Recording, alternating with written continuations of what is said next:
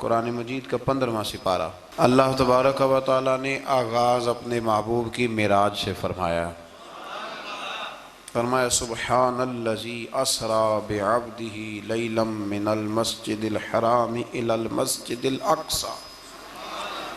فرمایا پاک ہے وہ ذات جس نے اپنے بندہ خاص کو سیر کرائی مسجد حرام سے لے کر مسجد اقصی تک۔ اور مسجد اقصی کون سی؟ الذی بارکنا حولہ، جس کے ارد گرد ہم نے برکتیں رکھی ہیں، لنوریہ من آیاتنا، تاکہ ہم انہیں اپنی نشانیاں دکھائیں۔ معراج حضور کی سیر کا نام ہے۔ اللہ نے کہا محبوب آؤ اپنی سلطنت کی سیر کر لو۔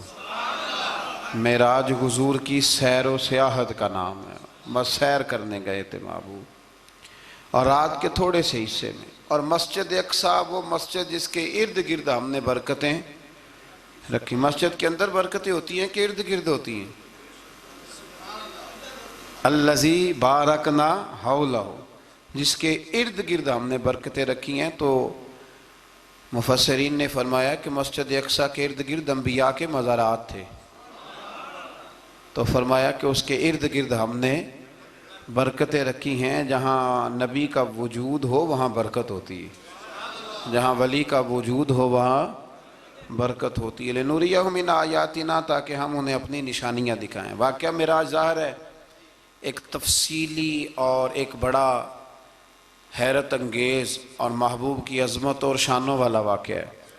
تو اللہ تبارک و تعالیٰ نے 15ویں پارے کا اور سورہ بنی اسرائیل کا آغاز اسی آیت سے فرمایا ہے۔ آیت نمبر 4 سے بیان ہوا ہے کہ بنی اسرائیل کو بائبل میں بتا دیا گیا تھا کہ وہ زمین میں 2 مرتبہ فساد اور سرکشی کریں گے۔ چنانچہ یہ دونوں مواقع آئے اور اللہ نے ان پر جابر بندے مسلط کیے۔ آیت نمبر 11 میں اللہ تعالیٰ نے فرمایا کہ انسان بڑا ہی جلد باز ہے، اسے بڑی جلدی ہے، بڑی جلدی کرتا ہے۔ آیت نمبر 12 میں بتایا کہ ہم نے نظام لیل و نہار کو اپنی قدرت کی 2 نشانیوں، اور ہم نے دن کو روشن بنایا تاکہ تم اپنے رب کا فضل تلاش کرو اور سالوں کی گنتی اور حساب کو جان لو۔ آیت نمبر 13 سے بتایا کہ ہم نے ہر انسان کا اعمال نامہ اس کے گلے میں لٹکا دیا ہے، یعنی اللہ کی قضاء و قدرت میں جو طے ہے وہ ہو کے رہے گا، اور قیامت کے دن یہ اعمال نامہ ایک کھلی ہوئی کتاب کی صورت میں ہوگا۔ بندے سے کہا جائے گا اپنا اعمال نامہ پڑھو، آج تم خود ہی احتساب کرنے کے لیے کافی ہو۔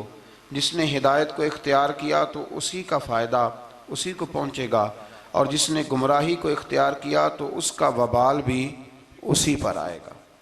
اور کوئی بوجھ اٹھانے والا دوسرے کا بوجھ نہیں اٹھائے گا، اور ہم اس وقت تک عذاب دینے والے نہیں جب تک کہ اتمام حجت کے لیے ہم رسول نہ بھیج دیں۔ اگلی آیت میں قدرت کا ایک قانون بیان کیا گیا ہے کہ جب ہم کسی بستی والوں کو ہلاک کرنے کا ارادہ کرتے ہیں تو اس کو عیش و عشرت کا دل دادہ لوگوں کو اپنے احکام بھیجتے ہیں، پھر وہ ان احکام کی نافرمانی کر کے عذاب کے مستحق ہوتے ہیں، اور یوں ہم ان کو تباہ و برباد کر دیتے ہیں۔ پہلے قومیں عیش میں پڑتی ہیں پھر تباہ ہوتی ہیں۔ اللہ تعالیٰ اپنے محبوب کی غلامی والی زندگی عطا فرمائے۔ اللہ آیت نمبر 18 میں فرمایا کہ جو صرف دنیا کے فائدے کا طلبگار ہو تو ہم اس کو اس دنیا میں جتنا چاہیں دے دیتے ہیں، اور پھر اس کا انجام جہنم ہوتا ہے۔ اللہ فرماتا ہے تو دنیا مانگے گا تو میں دے دوں گا، یہ نہیں کہ ملے گی نہیں، لیکن دنیا ملے گی، پھر جنت اللہ سے مانگیں ربنا آتنا فی الدنیا حسنہ وفی الآخرۃ حسنہ، یا اللہ دنیا بھی اچھی کر کے دے اور آخرت بھی ہمیں اچھی کر کے عطا فرما۔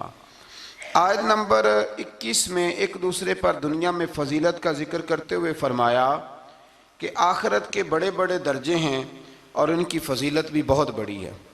آیت نمبر 23 میں والدین کے حقوق کی جانب متوجہ کرتے ہوئے فرمایا کہ تمہارے رب نے حکم دیا ہے کہ اس کے سوا کسی کی عبادت نہ کرو، اور ماں باپ کے ساتھ نیک سلوک کرو۔ اگر تمہاری زندگی میں وہ دونوں یا ان میں سے کوئی ایک بڑھاپے کو پہنچ جائے تو اس کو اف تک نہ کہو، ان کو جھڑکو بھی نہیں، اور ان کے ساتھ ادب سے بات کرو، اور ان کے لیے عاجزی اور رحم دلی کے بازو جھکائے رکھو، اور یہ دعا کرو کہ اے میرے رب ان پر رحم فرما جیسا کہ انہوں نے بچپن میں رحم کے ساتھ میری پرورش فرمائی تھی۔ آیت نمبر 26 میں قرابت داروں، مسکینوں اور مسافروں کے حقوق ادا کرنے اور فضول خرچی سے اجتناب کا حکم ہے، اور یہ کہ فضول خرچی کرنے والے شیطان کے بھائی ہیں، اور اگر بسبب تنگ دستی خرچ نہ کر سکو تو ان سے نرم بات ہی کر لو۔ فرمایا رشتہ داروں پہ خرچ کرو، اپنی ذات پہ فضول خرچی نہ کرو، اور اگر تم خرچ نہیں کر سکتے، غریب ہو، تو کم از کم اخلاق کا مظاہرہ ہی کر لو، رشتہ داروں کے اندر تلخ جملوں کا تبادلہ تو نہ کرو۔ آیت نمبر 29 نے تسلسل کے ساتھ احکام کا بیان ہے، تسلسل کے ساتھ۔ نمبر 1 فرمایا خرچ کرنے میں بخل، ہرس اور فضول خرچی کے درمیان میانہ روی کو اختیار کرنا، یعنی نیک کاموں میں کھلے دل سے خرچ کرنا اور مباح کاموں میں اعتدال کے ساتھ خرچ کرنا، اور ناجائز کاموں میں بالکل خرچ نہ کرنا۔ نمبر 2 ارشاد فرمایا کہ افلاس کے خوف سے اولاد کو قتل کرنے کی تمہیں ممانعت ہے، اور یہ کہ سب کا رزق دینے والا اللہ ہے۔ نمبر 3 میں فرمایا کہ زنا بہت بری چیز ہے، اس سے بچو۔ نمبر 4 میں قتل ناحق کی ممانعت ہے اور قصاص لینے میں حد اعتدال میں رہنے کا حکم ہے۔ نمبر 5 میں یتیم کا مال کھانے کی ممانعت ہے اور اس کے بالغ ہونے تک اس کے مال کی حفاظت کا حکم ہے۔ نمبر 6 وعدوں کے پورے کرنے کا حکم دیا گیا، یہ آیت نمبر 29 میں سارے احکام ہیں۔ اور نمبر 7 ناپ تول میں خیانت کی ممانعت کی گئی۔ نمبر 8 جس چیز کا علم نہ ہو اس کے در پہ ہونے کی ممانعت کی، جس کا پتہ نہیں اس مسئلے میں پڑھنے سے اللہ نے یہ تو بڑا مشکل کام بتا دیا ہے۔ یہاں تو جس کو بالکل بھی نہیں نہ پتا وہ بھی 1 2 3 فتوے تو دن میں دے ہی دیتا ہے، اللہ ماشاءاللہ۔ فرمایا جس کا پتہ نہیں اس کام کے پیچھے بے شک کان آنکھ دل ان سب سے روز قیامت سوال ہوگا۔ 9 نمبر میں فرمایا تکبر اور اطراء کے چلنے والے ٹھیک نہیں کرتے، ان کی مذمت ہے۔ نمبر 10 شرک کی مذمت بیان کی گئی، اور 11 نمبر پہ یہ بھی بیان ہوا کہ کسی کی روزی کی کشادگی یا تنگی کا مدار اس کی فضیلت یا بے قدری نہیں کہ بندہ اچھا نہیں تھا اس لیے اللہ نے پیسے نہیں دیے، فرمایا یہ اس کی بے قدری اس وجہ سے نہیں، یہ اللہ تعالیٰ کی حکمت اور مشیت کا معاملہ ہے۔ اللہ زیادہ بہتر جانتا ہے کہ کسی کو اس نے کیا دینا ہے۔ ان تفصیلات کے بعد فرمایا اے رسول یہ وہ حکمت والی باتیں ہیں جن کی ہم نے آپ کی طرف وحی فرمائی ہے۔ اقوال زری لکھے ہوتے ہیں نا، آپ اس طرح کریں سورہ بنی اسرائیل کی آیت نمبر 29 لکھ کے لگائیں۔ میں اکثر نا جب کوئی بندہ کہتا ہے نا اقوال زری، تو میں کہتا ہوں پہلے بتاؤ قرآن سارا تم نے لکھ کے لگا لیا، یاد کر لیا، حدیثیں ساری لکھ لی؟ اب تو انگریزوں کے قولوں کو اقوال زری بنا کے لوگ بیان کرتے ہیں، تو میں کہتا ہوں پہلے قرآن حدیث اپنے اللہ کے بندوں کی باتیں تو پوری کر لو، تم تو دور نکل گئے ہو۔ اللہ فرماتا ہے یہ حکمت والی باتیں ہیں، یہ تھوڑی حکمت والی بات ہے کہ رب فرما رہا ہے کہ کسی کی روزی کا کشادگی یا تنگی کا مدار اس کی فضیلت یا بے قدری پہ نہیں، بلکہ تو اللہ بہتر جانتا ہے کہ اس کو کیا دینا ہے، یہ بہت بڑی حکمت والی بات۔ آیت نمبر 40 میں کفار اور مشرکین کی اس خبیث فطرت کو بیان کیا گیا کہ خود تو بیٹوں کی تمنا کرتے ہیں اور اللہ کی طرف بیٹیوں کی نسبت کر کے کہتے ہیں کہ فرشتے معاذ اللہ اللہ کی بیٹی ہیں۔ آیت نمبر 44 سے بیان ہوا کہ 7 آسمان اور زمینیں اور جو بھی ان میں ہے اپنے اپنے انداز میں اللہ کی تسبیح کر رہے ہیں، ہر چیز اللہ کی حمد کے ساتھ اس کی تسبیح کر رہی ہے، لیکن تم ان کی تسبیح کو سن نہیں سکتے۔ آیت نمبر 45 میں فرمایا کہ منکرین آخرت قرآن کی تعلیمات سے استفادہ کرنے سے محروم رہے اور ان کے دل و دماغ حق کو قبول کرنے کی سعادت سے محروم ہیں، اور فصیح و بلیغ قرآن سن کر بھی نبی پر سحر زدہ ہونے کا تان کرتے ہیں معاذ اللہ۔ آیت نمبر 49 میں بتایا کہ منکرین آخرت کہتے ہیں کہ جب ہماری ہڈیاں گل سڑ کے ریزہ ریزہ ہو جائیں گی تو کیا ہمیں از سر نو پیدا کیا جائے گا؟ اللہ تعالیٰ نے فرمایا تم پتھر بن جاؤ یا لوہا یا کوئی اور مخلوق جو تمہارے خیال میں بہت سخت ہو، وہی رب ذوالجلال دوبارہ پیدا کرے گا جس نے تمہیں پہلے پیدا فرمایا تھا۔ آیت نمبر 52 میں عمدہ بات کرنے کا حکم دیا گیا، اور آیت نمبر 56 میں بتایا کہ باطل معبود اپنے پوجنے والوں کی تکلیف کو دور کرنے یا بدلنے کی قدرت نہیں رکھتے۔ آیت نمبر 61 سے ایک بار پھر فرشتوں کے آدم کو سجدہ کرنے اور شیطان کے انکار کرنے کا ذکر ہے، اور اس بات کا بھی کہ شیطان جو کچھ بھی کر لے اللہ کے خاص بندوں پر اس کا داؤ چلتا نہیں ہے۔ آیت نمبر 67 میں فرمایا کہ جب سمندری طوفان میں گر جاتے ہیں تو معبودان باطلہ کی بجائے صرف اللہ کو پکارتے ہیں. کافر بھی اس وقت اللہ ہی کو پکارتے ہیں، لیکن نجات کی صورت میں یہ لوگ پھر شرک میں مبتلا ہو جاتے ہیں. آیت نمبر 68 میں مشرکوں کو متنبہ کیا گیا کہ اگر ان پر کوئی آفت آ گئی یا انہیں خشک سرزمین میں کہیں دنسا دیا گیا یا کسی اور مصیبت میں مبتلا کیا گیا تو اللہ کے سوا کوئی نجات دینے والا نہیں ہے. آیت نمبر 70 میں بنی آدم کی عزت اور کرامت کا ذکر ہے کہ اللہ نے بنی آدم کو اپنی مخلوقات میں بہت سوں پر فضیلت عطا فرمائی ہے. آیت نمبر 71 میں انسانوں کو اپنے پیشواؤں کے ساتھ بلائے جانے، دائیں بائیں اعمال نامے لینے والوں کو کامیابی کا بیان ہے، اور جو دنیا میں حق سے اندھا ہے وہ آخرت میں بھی اندھا ہے. قیامت میں اس کا کوئی پیشوا ہوگا اسی کے ساتھ ہی بلایا جائے گا نا. تو جو ساری زندگی کہتا رہے میں مانتا ہی نہیں کسی کو، کوئی امام نہیں، کوئی تقلید نہیں، کوئی شے نہیں، تو وہ کدھر جائے گا؟ ہاں اسی کے ساتھ جائے گا. اللہ تبارک و تعالیٰ سمجھنے کی توفیق عطا فرمائے. پھر اللہ تبارک و تعالیٰ نے آیت نمبر 73 سے کفار کے آپ صلی اللہ علیہ وسلم کو رائے حق سے ہٹانے کے باطل ارادوں کا ذکر فرمایا. اللہ تعالیٰ نے حق کے راستے میں آپ کی ثابت قدمی کو اپنا فضل قرار دیا ہے.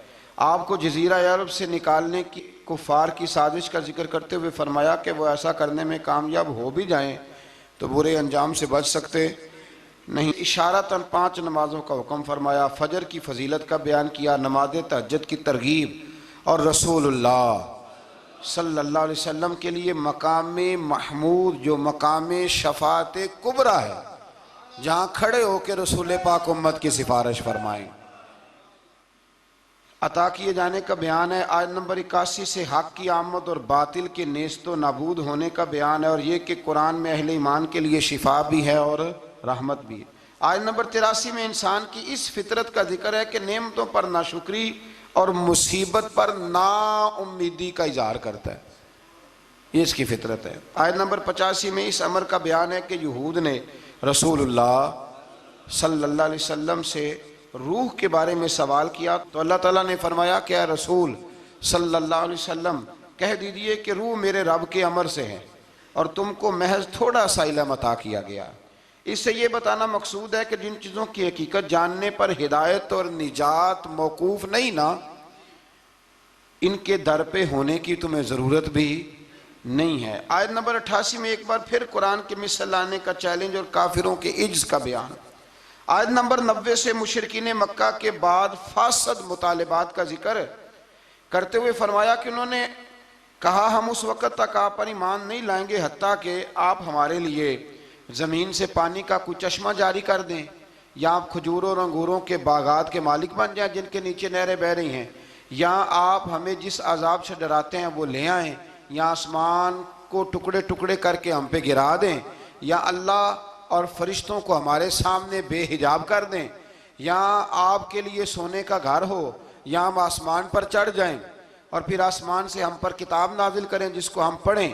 ان سب مطالبات کے جواب میں اللہ نے فرمایا اے رسول صلی اللہ علیہ وسلم کہہ دو میرا رب ہر عیب سے پاک ہے، میں کوئی شعبدے باز نہیں ہوں، بلکہ میں تو اللہ کا وہ بندہ ہوں جسے اللہ نے اپنا رسول بنا کے بھیجا ہے. یہ کچھ لوگ نا شعبدوں کی باتیں کرتے ہیں، آج بھی کرتے ہیں، فلانے پیر صاحب ہیں جی، یہ جو کچھ لوگ بڑے بڑے نادان ہیں نا، یہ ساری آپ پڑھ لیں آیت نمبر 90، تو وہی سارے سوالات ہیں جو آج کا بد مذہب ولیوں کے بارے میں کرتا ہے. کہتا ہے اگر ایسے ہیں تو پھر یہ کر دیں، پھر وہ کر دیں. او خدا کے بندو، ولی شعبدے دکھانے نہیں آتے، بندوں کو رب سے ملاتے ہیں. ان کا کام پیغام حق دینا ہے، ان کا یہ کام نہیں ہے. آیت نمبر 94 سے کفار مکہ کے اس اعتراض کا ذکر ہے کہ اللہ نے بشر کو رسول بنا کے کیوں بھیجا؟ استغفر اللہ، یعنی کوئی فرشتہ کیوں نہیں بھیجا؟ اللہ تعالیٰ نے فرمایا رسول صلی اللہ علیہ وسلم کہہ دو اگر زمین میں فرشتے بستے اور اطمینان سے چلتے پھرتے تو ہم ان پر آسمان سے فرشتہ ہی رسول بنا کے نازل کرتے. اگر فرشتوں کی طرف رسول بنانا ہوتا تو پھر کس کو بناتے؟ فرشتوں کو. یعنی نبی اور رسول جس مخلوق کی طرف مبعوث ہوئے اسی کے جن سے ہوتے ہیں. ان آیات میں یہ بھی بتایا کہ منکرین آخرت کو ان کے منہوں کے بل اندھا، گونگا اور بہرا بنا کر اٹھایا جائے گا اور ان کا ٹھکانہ جہنم ہے. آیت نمبر 100 میں فرمایا کہ آپ کہیے اگر بالفرض تم میرے رب کی رحمت کے خزانوں کے مالک ہوتے تو تم خرچ کے ڈر سے ان کو روکے رکھتے، اور دراصل انسان ہے ہی بخیل، یہ کنجوس ہے، یہ اللہ کی دی ہوئی توفیق سے بھی اس کے رستے میں خرچ کرنے کو تیار نہیں ہوتا۔ آیت نمبر 101 سے موسیٰ علیہ السلام کو 9 معجزات عطا کیے جانے، فرعون کا آپ کو ساحر کہنے، فرعون کے غرق ہونے اور بنی اسرائیل کے زمین میں آباد ہونے کا ذکر ہے۔ آیت نمبر 105 میں قرآن مجید کو بتدریج تھوڑا تھوڑا نازل کر کے نازل کرنے کی حکمت یہ بتائی گئی کہ رسول ان پر ٹھہر ٹھہر کے پڑھیں گے، ان کے لیے قرآن کو سمجھنے میں آسانی ہوگی۔ مشرکین مکہ اعتراض کرتے تھے کہ کبھی آپ اللہ کہتے ہیں کبھی رحمان کہتے ہیں، ہم تو رحمان کو نہیں جانتے، تو اللہ نے فرمایا رسول کہہ دیجئے کہ معبود برحق کو تم اللہ کہہ کے پکارو یا رحمان کہہ کے پکارو، تم اسے جس نام سے بھی پکارو گے سب اسی کے نام ہے، اور اسے پکارنے میں میانہ روی سے کام لو۔ آخری آیت میں فرمایا کہ اللہ کی نہ کوئی اولاد ہے، نہ کوئی اس کی سلطنت میں اس کا شریک ہے، نہ اسے کسی مددگار کی ضرورت ہے، اور آپ اس کی کبریائی کو بیان کرتے رہیے۔ آگے شروع ہو جاتی ہے سورہ کہف۔ اصحاب کہف کا نام تو سنا نا ماشاءاللہ آپ حضرات۔ پہلے اس کی فضیلت میں ایک حدیث نہ بیان کروں؟ نبی کریم صلی اللہ علیہ وسلم نے فرمایا، یہ مسلم شریف کی حدیث ہے، دجال آئے گا قیامت کے قریب اور بڑے لوگوں کو گمراہ کرے گا، تو حضور نے فرمایا جو سورہ کہف کی 10 آیات زبانی یاد کر لے نہ وہ دجال کے فتنے سے بچ جائے گا۔ اللہ توفیق عطا فرمائے۔ اس سورہ مبارکہ کی آیت نمبر 9 سے اصحاب کہف کا ذکر شروع ہوتا ہے۔ اصحاب کہف، جب حضرت عیسیٰ علیہ السلام کو اللہ کریم نے چوتھے آسمان پہ بلا لیا نا، تو دقیانوس نام کا ایک بادشاہ ہوا بنی اسرائیل کے اندر، بڑا ظالم تھا، اس نے گمراہی پھیلا دی، اور جو لوگ معاذ اللہ کفر اور شرک نہیں کرتے تھے انہیں قتل کروا دیتا تھا۔ تو 7-8 نوجوان اپنا ایمان بچا کے بھاگے۔ او ہو اللہ اکبر، ساری دنیا مال بچا کے بھاگتی، وہ 7-8 نوجوان اپنا ایمان بچا کے بھاگے کہ یہ ہمیں کہیں کفر کی طرف نہ لوٹا دے، تو جا کے ایک غار کے اندر چلے گئے، تو ایک کتا بھی ان کے ساتھ ہو گیا۔ انہیں کتے کو بڑے روڑے مارے کہ یہ اگر بھونکے گا آواز نکالے گا تو ہم پکڑے جائیں گے، ہم نے تو چھپنا ہے، پر اس کو نہ ولیوں سے پیار ہو گیا تھا۔ اس نے کہا بھگاؤ جتنا مرضی مجھے، فطرت میری ہے کہ میں بھونکتا ہوں، پر جب اللہ کے ولی ہوں تو پھر میں ادب کرتا ہوں۔ یہ قرآنی واقعہ ہے۔ اچھا، یہ عین وہ واقعہ ہے قرآن مجید کا کہ جو بہت ساری چیزوں پر ویسے ہی نص ہے اور بہت ساری زبانیں ویسے ہی گنگ ہو جاتی۔ تو وہ 6-7 لوگ تھے، وہ چلے گئے غار کے اندر، جا کے انہوں نے پناہ لے لی۔ بادشاہ کو پتہ چل گیا کہ غار کے اندر ہے۔ اچھا، اللہ کی قدرت، جیسے داخل ہوئے انہیں نیند آ گئی، یہ سو گئے۔ اور قرآن مجید کہتا ہے، قرآن مجید کے یہ لفظ ہیں کہ کتا غار کے منہ پر بازو پھیلا کے بیٹھ گیا، گویا اپنے مالکوں کی خدمت کر رہا ہے۔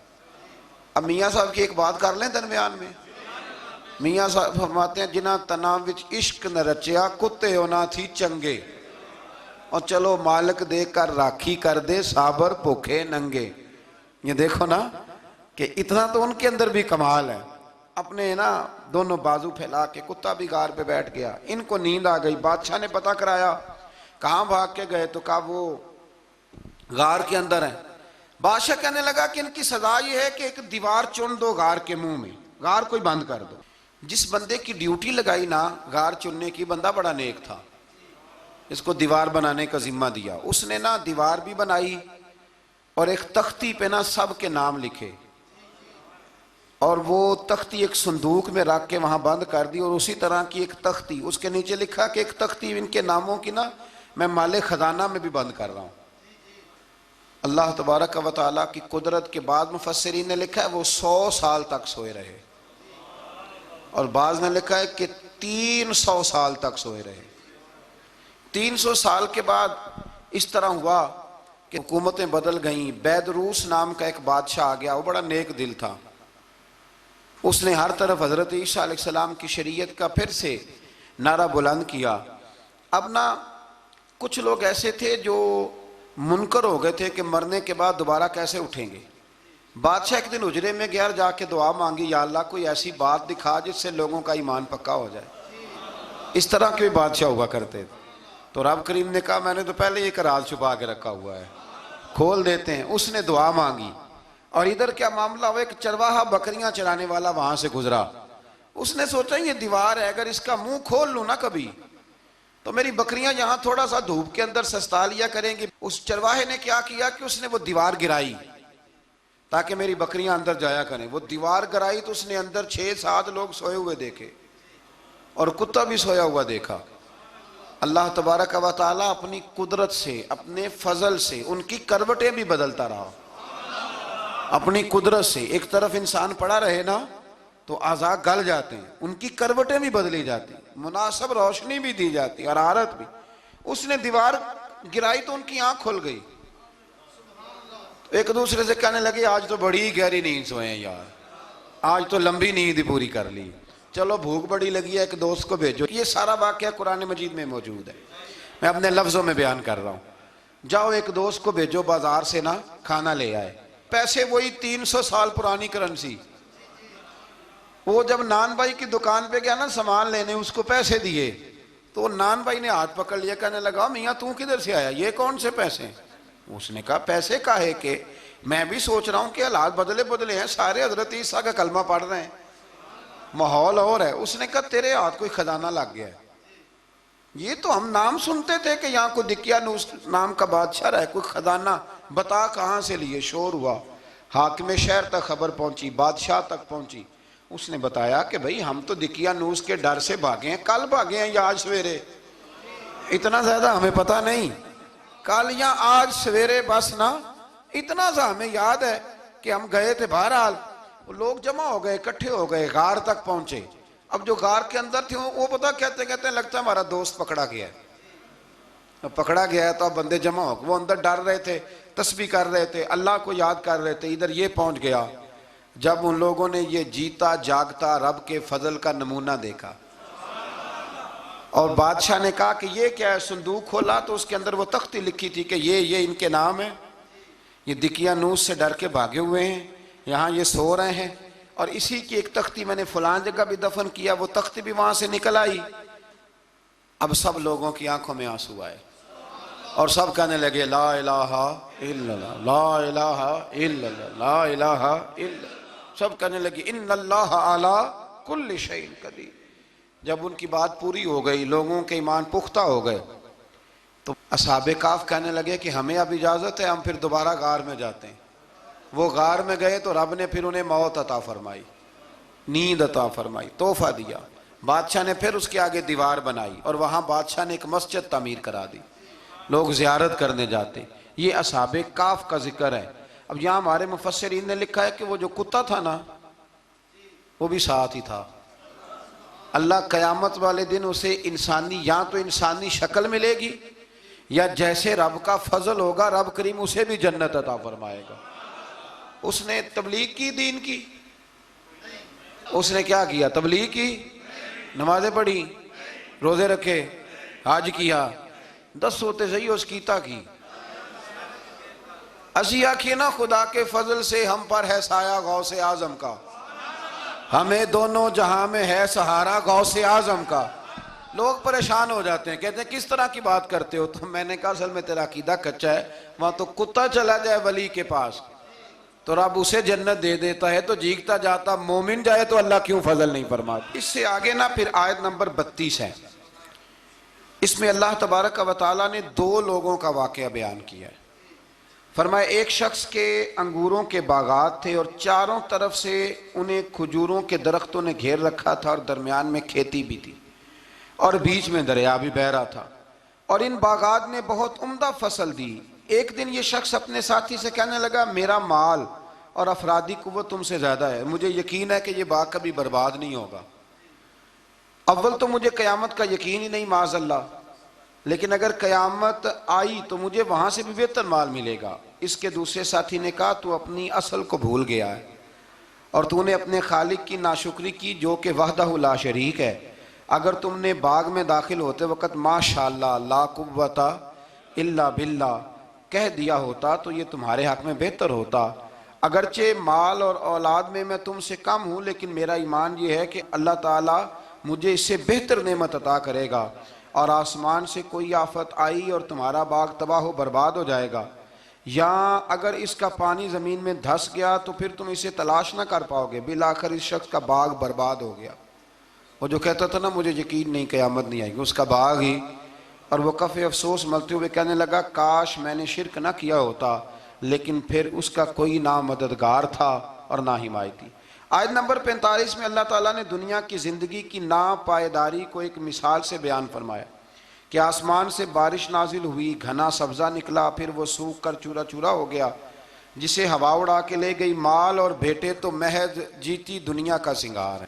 جب تک تم زندہ ہو تب تک مال بھی ہیں اور بیٹے بھی ہیں، والباقیات الصالحات، ہاں اگر کچھ ہے باقی رہے گی تو تمہارے اچھے اعمال باقی رہیں گے، اور اگر اولاد نیک ہوئی تو وہ بھی باقیات الصالحات میں شامل ہو جائے گی۔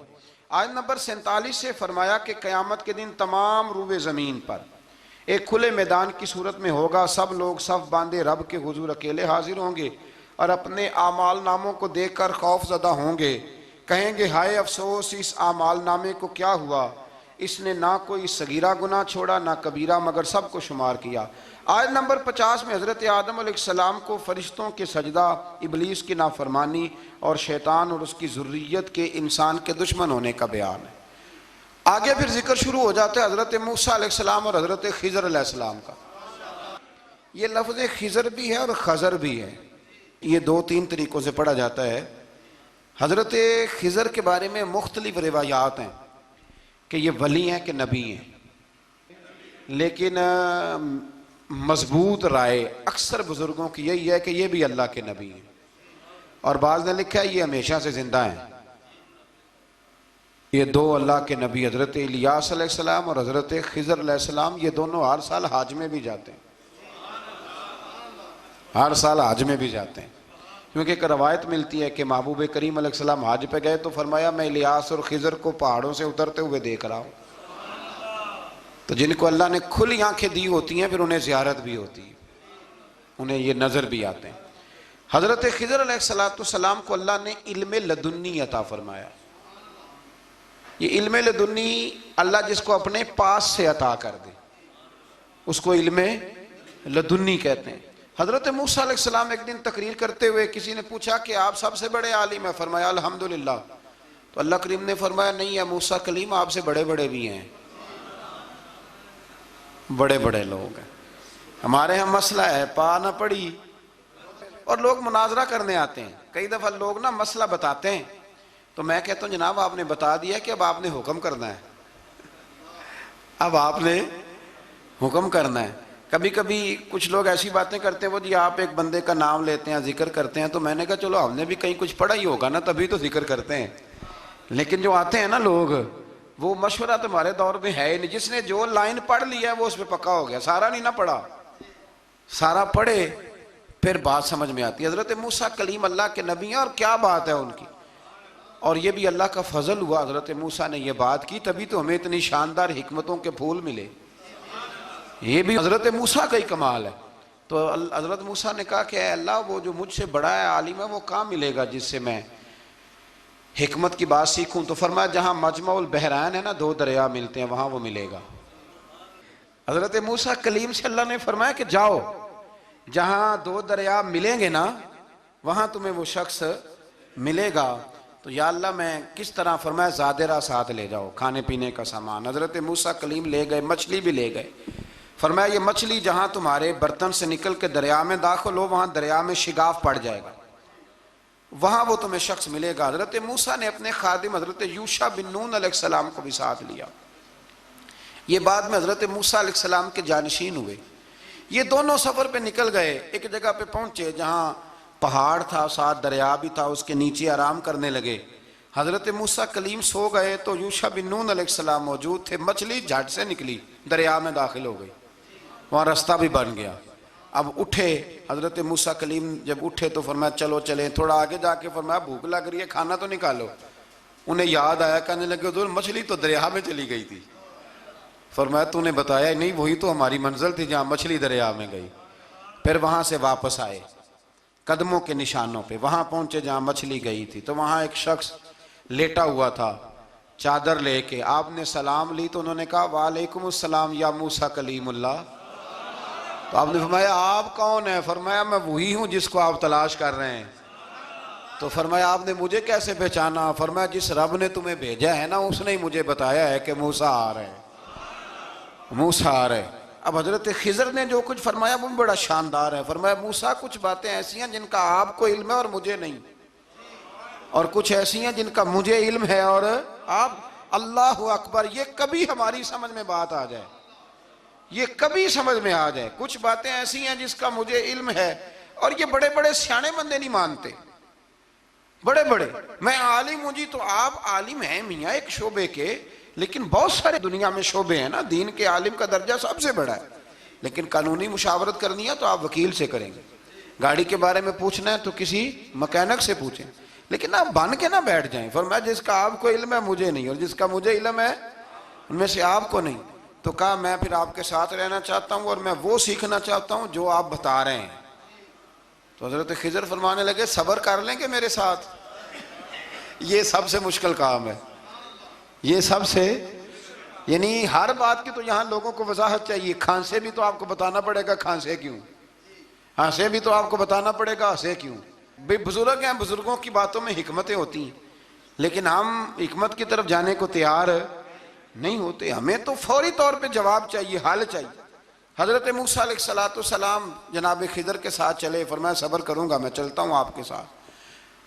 دریا کے قریب گئے کشتی میں بیٹھنے کے لیے، تو کشتی والوں نے حضرت خضر کو پہچان لیا، بغیر کرائے کے سوار کرایا. اور جب پار اترنے لگے تو حضرت خضر نے کشتی کا ایک تختہ ہی توڑ دیا.